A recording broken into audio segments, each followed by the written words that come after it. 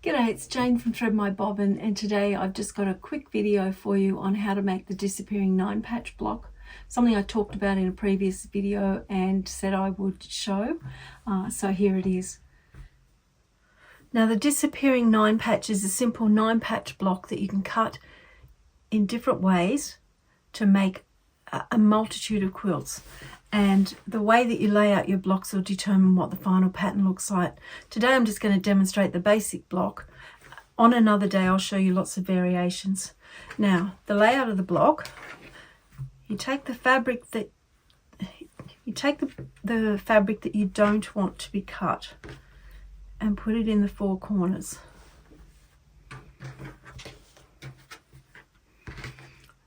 So that might be your feature fabric. Or when I'm making Kids I Spy quilts, that's where I put, that's where I put the fabric that's got pictures on it. Now the center block, this is going to end up as a small square.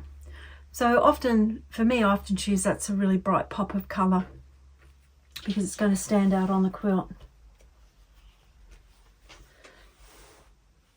And then your other 4 blocks are going to form like a border. Now in this one I'm making them all the same. But as I say, there's loads of variations on this, and I will show you one of mine before I finish the video. Alright, so I'll show you now how this will look. How the final block will look, to give you an idea how the final block will look. That's what the block is going to end up like. So when you're placing your fabrics, you just keep in mind that's how it's going to look.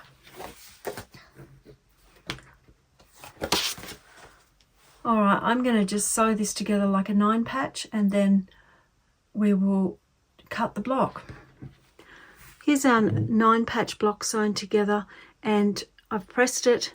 We're going to cut it with 2 cuts, and that will make the block. So we're going to cut down here, and then we're going to cut across here. Now you can use any size square with this. It actually looks great with 10-inch squares as well, but I used 5-inch squares, so each of those now should be 4.5 in the block, and so it will be 2 1/4. So my half will be 2 1/4, and I'm just going to put a tiny mark where that is.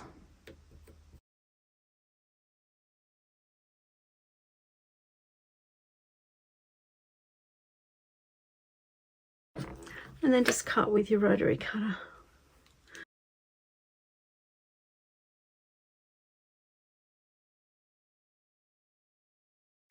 So now for the most basic, most common pattern you'll see, you simply turn 2 of the blocks to place those cornerstones out.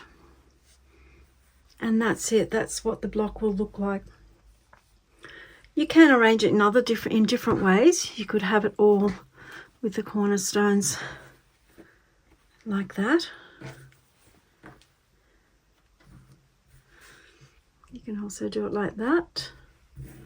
And there are other variations that you can do, and you will get different patterns depending on the type of fabrics you use.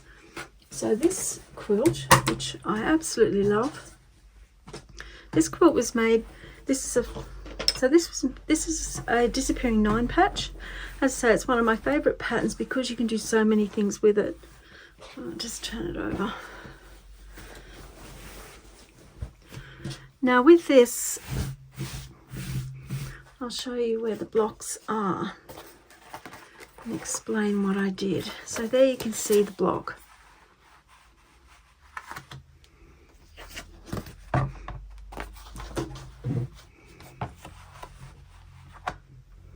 Now what I did, I had a lot of CAF 5-inch squares, so I used those in the 4 corners. I used this blue blender for all the center blocks, so that's a consistent through the whole quilt. And then I had batiks and blenders. Everything I chose was in a blue, green, pink, purple palette, and these were just random.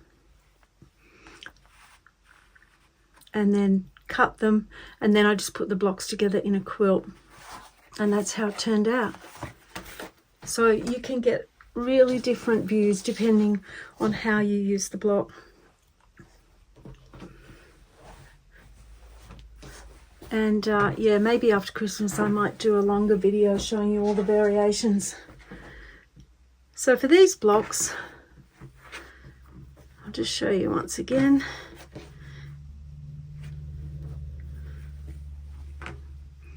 You've just turned the center, all you've done is turn the two center ones out, and then you just join them like a 4-patch.